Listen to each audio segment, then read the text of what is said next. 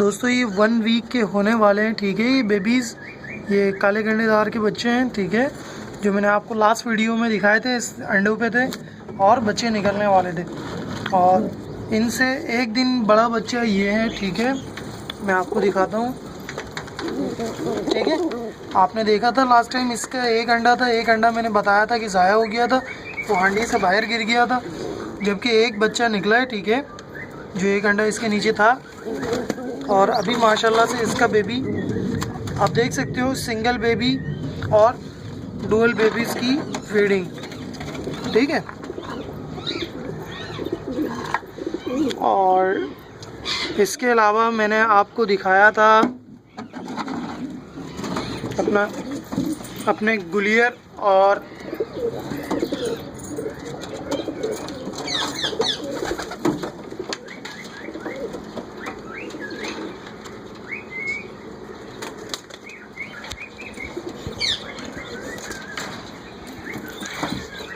मैंने आपको अपने गुलियर के और लाल खाल मादा के बच्चे दिखाए थे, ठीक है, जो जब वो छोटे थे। और अभी ये लगभग महीने भर के होने वाले हैं, तो मैं आपको दिखाता हूँ, ठीक है, क्या कलर निकले हैं, ठीक है।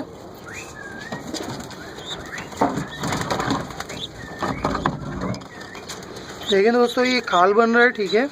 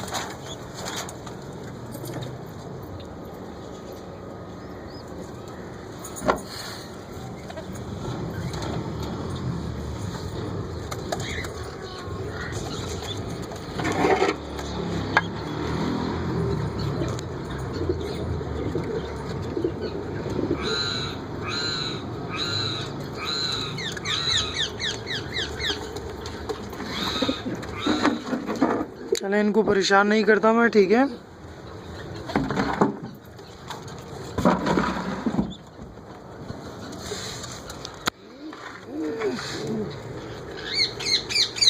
इंशाल्लाह बहुत जल्द आपको मैं एक वीडियो ऐसी भी बना के दूँगा कि आप अगर कबूतर के पिजन्स के बेबी भी हैंड फीड कराना चाहें तो वो किस तरीके से कराएंगे, क्योंकि अमूमन हादसा हो जाता है कि मेल फीमेल या तो उड़ जाते हैं, ठीक है, और वापसी नहीं आते या मर जाते हैं, ठीक है। तो ऐसे में आप बच्चों की कैसे केयर कर सकते हो और इन्हें किस तरीके से बड़ा कर सकते हो, ठीक है।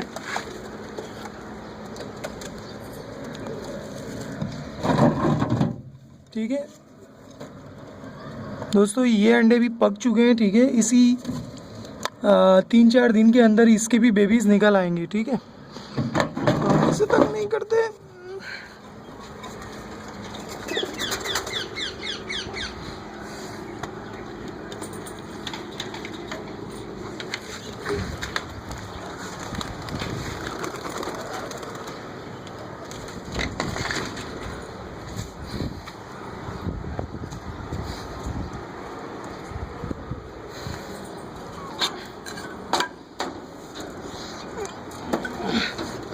उसके अलावा एक जोड़ा यहाँ पर है, ठीक है, जिसका मैं आपको कह रहा था कि ये अभी इसी वीक के अंदर अंडे दे देगी, ठीक है।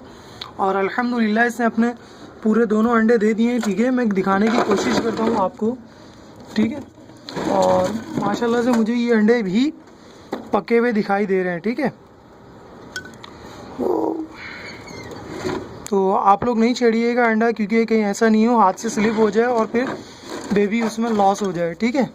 क्योंकि अक्सर दोस्त चेक करना चाहते हैं, ठीक है, आया अंडा फर्टाइल हो रहा है या नहीं, और ऐसे में अचानक उनके हाथ से अंडा स्लिप हो जाता है और फिर बेबी ज़ाया हो जाता है।